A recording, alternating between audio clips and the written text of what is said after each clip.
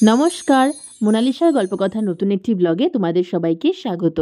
এই প্রচণ্ড গরম আর তার মধ্যে মাঝে মাঝেই হঠাৎ করে নেমে যাওয়া এই বৃষ্টিতে কেমন আছো তোমরা সবাই? ভালো তো? সোজা রথ চলে গিয়ে উল্টো রথও হয়ে গেল। আস্তে আস্তে দুর্গাপুজো চলে আসছে কাছে। পুজোর শপিং কি তোমরা শুরু করলে একটু একটু করে? যদিও দুর্গাপুজোর আগে বাড়িতে জন্মাষ্টমীর পুজো আছে, যেটা কাছেই আসতে চললো, আর দিদি বেশ গুছিয়ে ভালো করে জন্মাষ্টমীর পুজোটা করে। আর তাছাড়া গণেশ পুজো তো আছেই। তবে এবারের উল্টো রথটা একটু ছোট্ট করেই পুজো টুজো দিয়ে আমরা বার করেছিলাম সন্ধ্যের কাছাকাছি প্রায়। রথ নিয়ে বেরোতে পেরে তো বুবলার খুশির কোনো সীমানা নেই।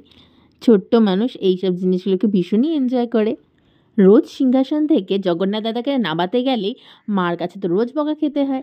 আর সেই জগন্নাথ দাদাকেই রথে বসিয়ে বাইরে ঘুরতে বেরোতে পারলে তো অখুশি হওয়ার কোনো কারণই থাকে না।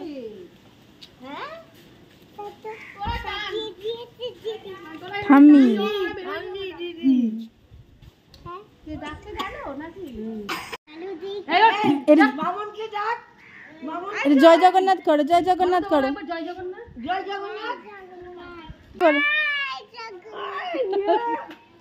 আরেকবার, আবার আবার বল দেখি জয় জগন্নাথ,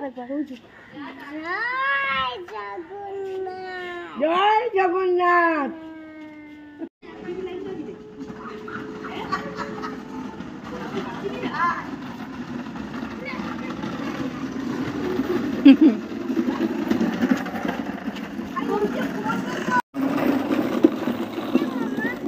যাও যাও যাও।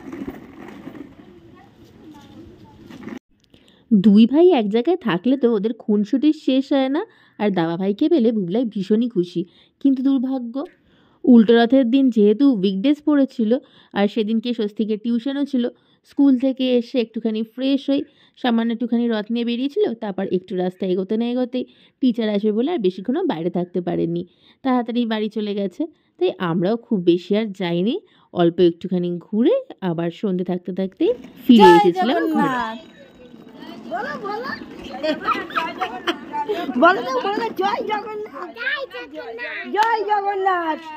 কিন্তু ফেরার পথে বুবলার মুডটা গেছিল চেঞ্জ হয়ে। তাই কি করলো সেটা তোমরাই দেখে নাও। একবার জয় জগন্নাথ বলো, জোরে বলো, দু হাত তুলে বলো, দু হাত তুলে বলো জয় জগন্নাথ, জয় জগন্নাথ করো, জয় জগন্নাথ।